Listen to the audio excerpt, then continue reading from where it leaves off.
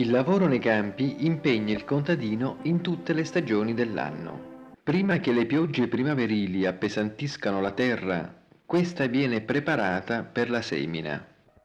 L'aratura viene compiuta come da sempre, il vecchio giogo, l'affaticato aratro e gli uomini, che con gesti dall'apparenza semplici guidano sapientemente le mucche. Un'immagine questa immutata nel tempo, che ci riporta a secoli e secoli di tradizioni. Una simbiosi perfetta tra animali, attrezzi e uomini. Nessuna attività impegna il lavoro del contadino per un periodo così lungo come il taglio e la raccolta del fieno. Il taglio del fieno comincia quando l'erba è matura, quando cioè la maggioranza delle erbe è in fiore.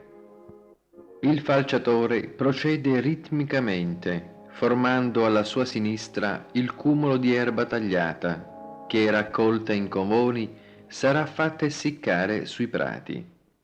Il lavoro della trebbiatura viene svolto in inverno, quando cioè sono terminati i grossi lavori nei campi e i chicchi sono ben secchi.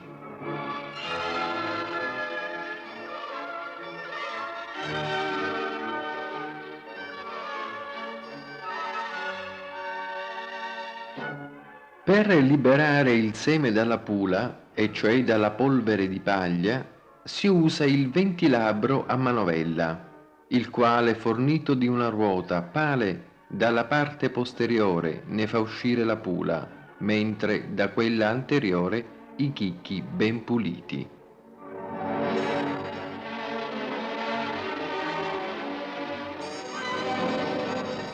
Grazie per aver guardato questo video. Continua a seguirci sul nostro canale.